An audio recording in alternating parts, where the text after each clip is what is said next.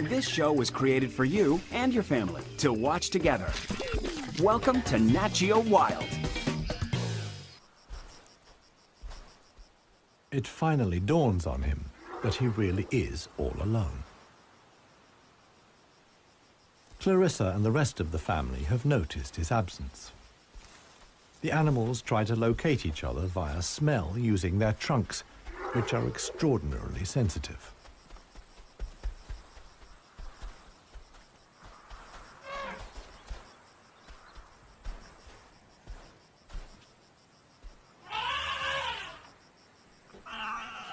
In the end, it's Maya who gives the decisive call. Now the straggler knows which way to go.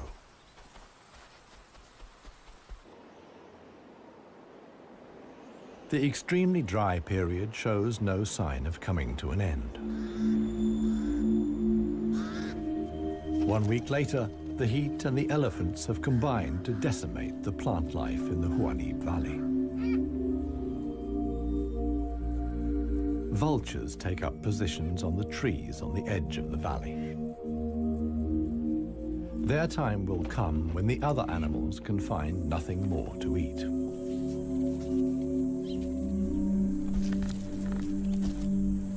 For Clarissa's family, a dead tree now becomes the sole source of food.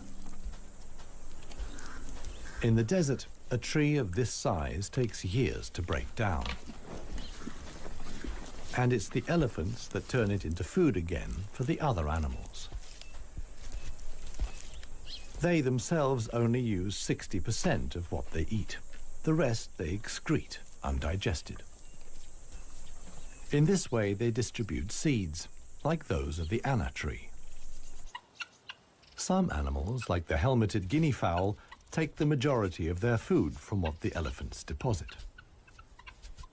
In times of scarcity, even the Huanib Valley baboons look for something edible in the elephant's dung.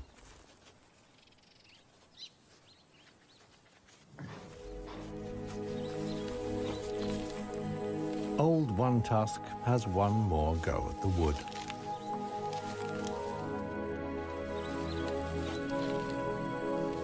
But elephant molars only grow back 6 times.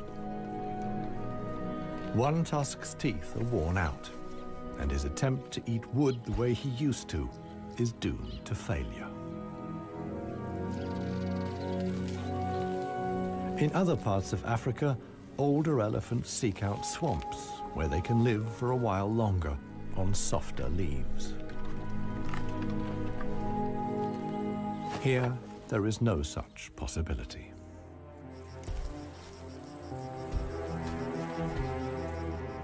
For Clarissa, too, the situation is becoming threatening. She and her family must leave the valley and seek food and water elsewhere.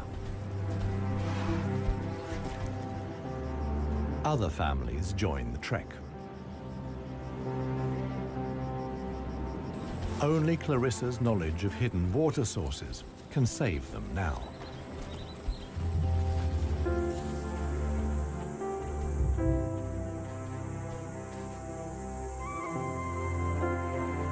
Scarcely any animals are left in the valley. Even the jackals are leaving. In their search for food, they will move along the Huanib Valley until they reach the coast. Only One Tusk is too old and too tired for the trek.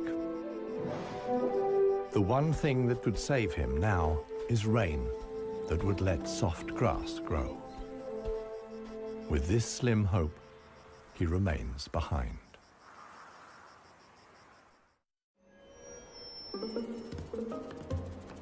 The Namib desert beetle is also looking for something to eat. In contrast to most of the desert dwellers, it is not seeking fresh young shoots. The beetle is on the lookout for plant residues. The unceasing wind is a help. It sweeps fragments of plant life together in valleys and hollows between the dunes. Mostly it's just a few bits of leaf, But sometimes it collects and becomes something like a herbal rubbish dump. Although the plants are completely dried out, they still contain important nutrients.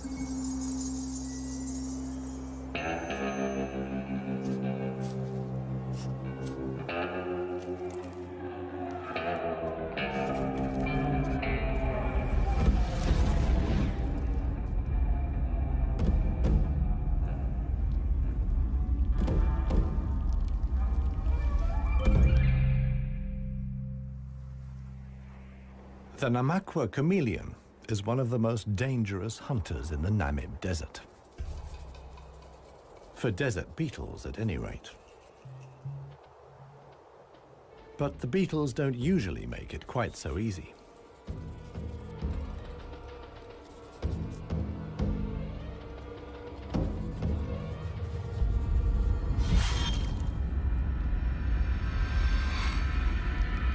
The beetles aren't only full of protein, but also provide essential liquids for the lizard.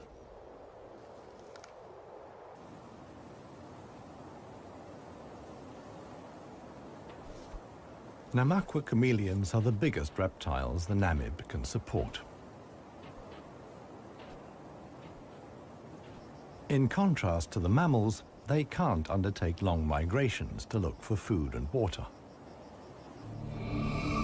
Similar to the Huanib, a river once flowed here. Along its banks, animals like chameleons penetrated deep into the desert. Hundreds of years ago, the dunes slowly invaded the riverbed and cut off the water supply. This process was so slow, however, that the animals had time to adapt to the new conditions.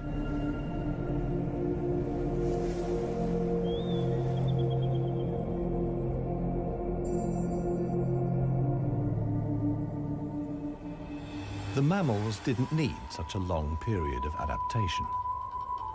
Their ability to migrate over long distances enabled them to conquer the desert much more quickly. The pair of jackals will soon reach the coast.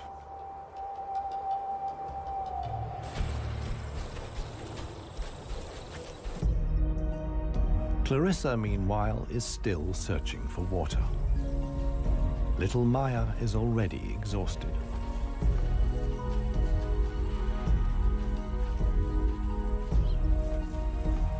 The group has to keep stopping. The animals are reaching the limits of their strength. Clarissa can produce less and less milk for her daughter. Suddenly, a commotion as Maya sinks to her knees. But Clarissa urges her offspring onwards. It is their only chance.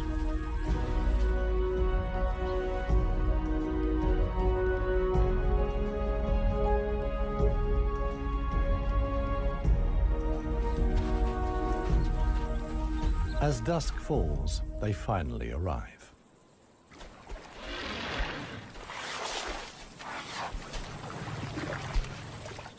Thanks to Clarissa's knowledge, there's something to drink at last. Adult elephants can get by on 100 liters of water a day.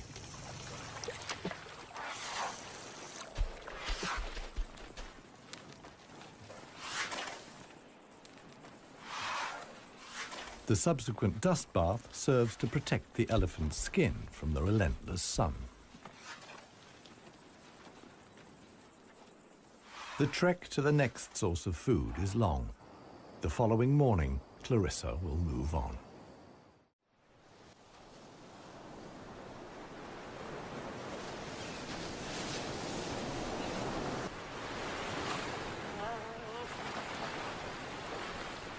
The jackals have finally reached the sea and move southwards along the coast.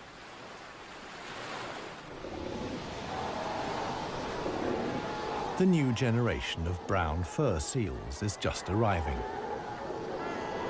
Many of the mother animals are heavily pregnant. This young mother hasn't long to go.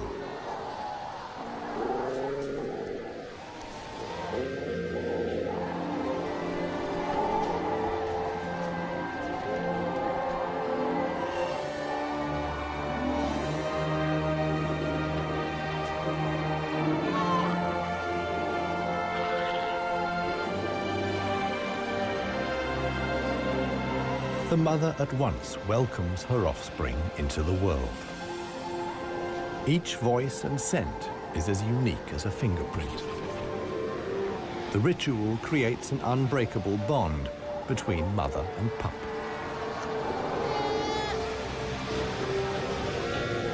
Directly after the birth, the pup has to be suckled.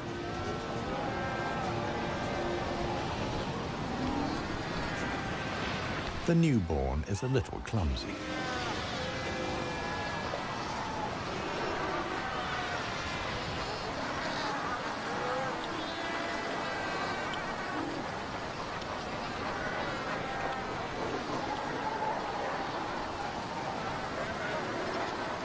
The young mother is not alone.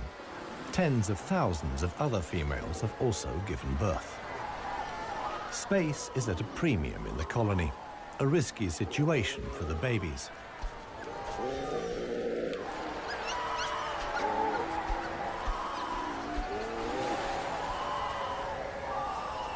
To minimize the danger, the seals organize a kindergarten. Many of the mother animals leave their newly born pups here.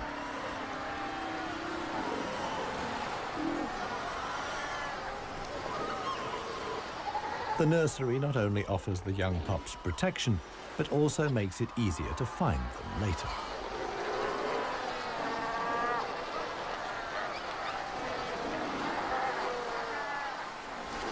The mother seals have to go out hunting every day to make sure their milk is nutritious enough for the young.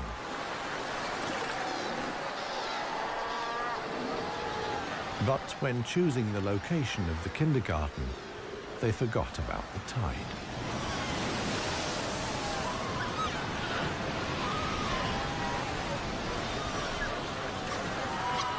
The pups fight desperately against the onslaught of the waves. The baby is washed out to sea along with the other newborn seals.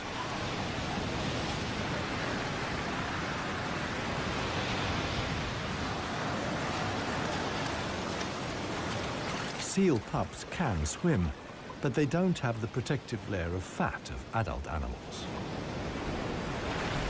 The pup fights for survival. Another is slowly but surely losing the battle. Within a few minutes, the pups are so exhausted that they can no longer keep their heads above water and drown.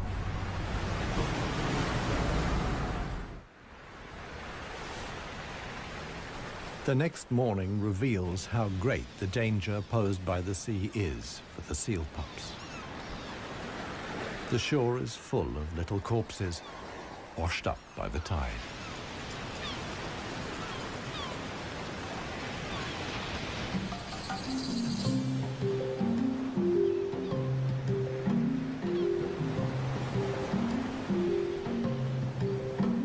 The jackals from the Huanib. The pair have traveled hundreds of kilometers from the arid valley.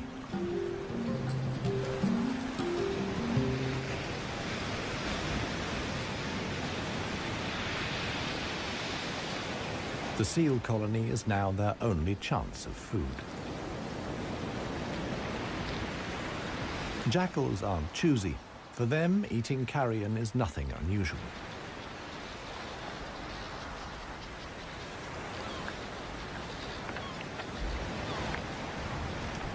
They'll be spending the coming weeks at the seal colony. Only when the pups are old enough to swim enduringly, and thus the supply of food runs out, will the jackals return to the Huanib Valley.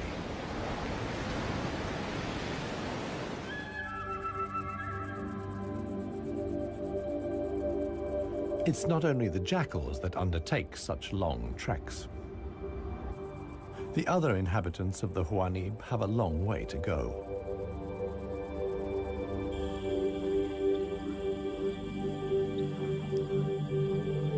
An oasis hidden deep in the desert. Oasis.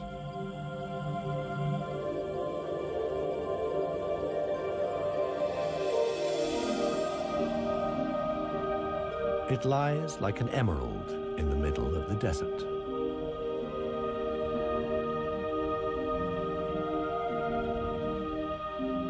A thin band of loose vegetation lines the watering hole.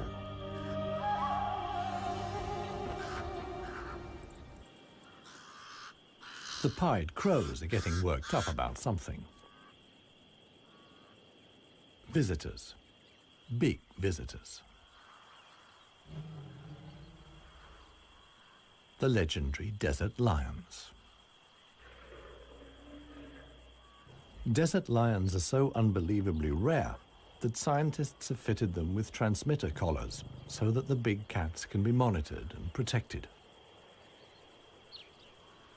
Two females have taken up positions in the undergrowth with their young. The experienced predators know that it's just a matter of watching and waiting.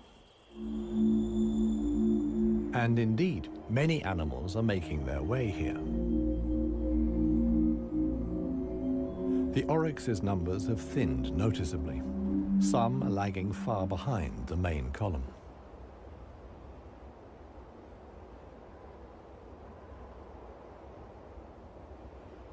After more than 10 days' trek, the first animals finally reach the source.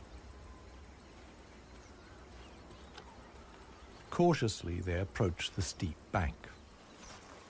They're in danger of sinking into the soft ground.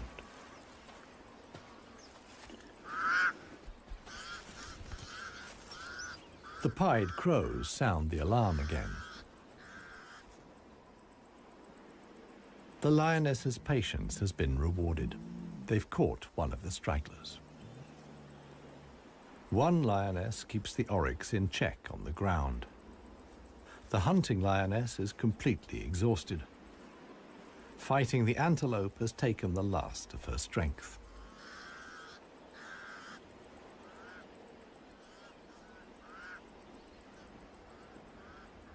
She drags herself back to the bushes to get her cubs.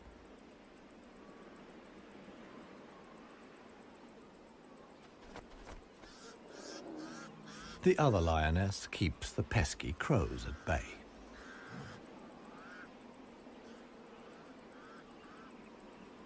Luckily for the huntress, the cubs quickly grasp the situation.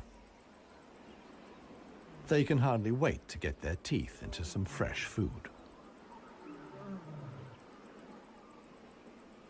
All the animals here are fighting for survival. The lionesses won this round. They've enough food now to last the coming weeks.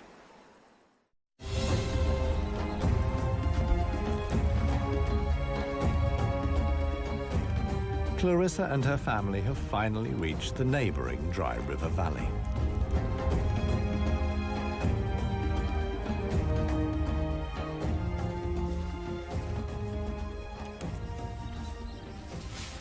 The experienced cow knew instinctively that in times of drought, there was some precious greenery here to feed on.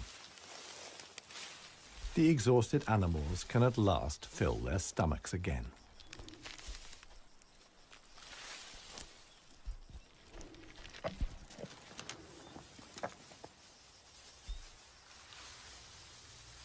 And this is how a happy, full-up baby elephant looks. Maya in paradise.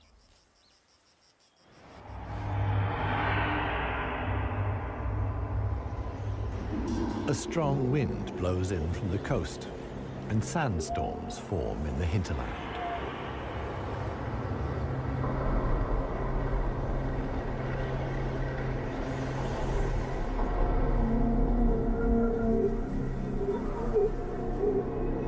They reach the river valley where Clarissa and family have found food and shelter.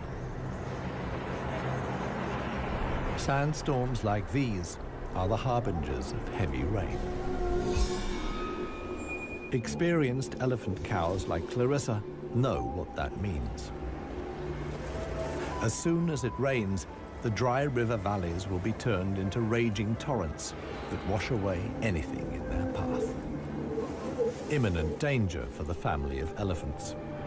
Time to move on again. Now the safest place to be is outside the valleys. How right Clarissa was can be seen the following day.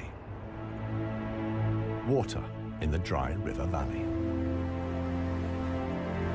Only every 10 years or so is the rain strong enough for the flood wave to reach the sea.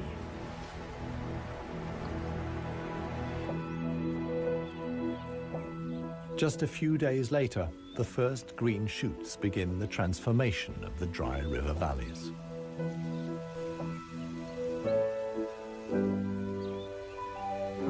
The Huanib Valley, too, is bursting with new life as the first exiles return.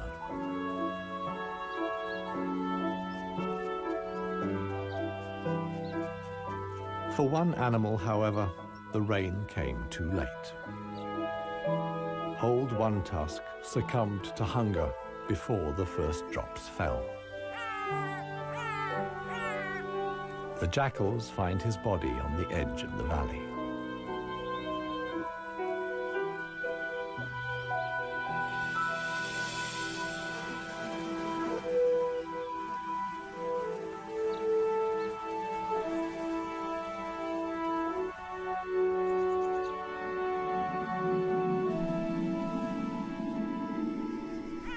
The jackals don't approach the body until evening. And thus, the circle of life is complete. The next morning, long unheard calls echo through the valley.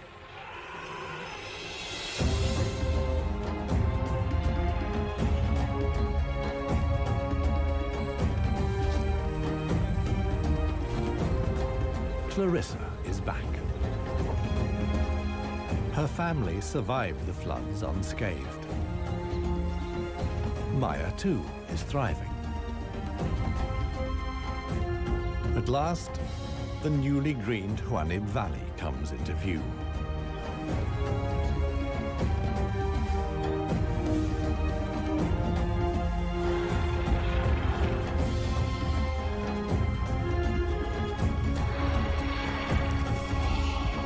Clarissa's family is home again.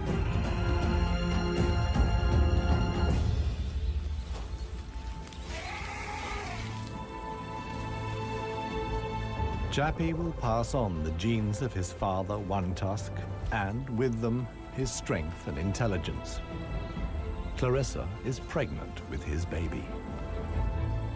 The alpha cow will induct each new generation into the secrets of the desert elephants. This is essential for their survival. The Huanib River Valley is probably the last real wilderness in Namibia, one in which only the cleverest, most intelligent of the animal world can survive. A life of extremes in the home of the desert elephants.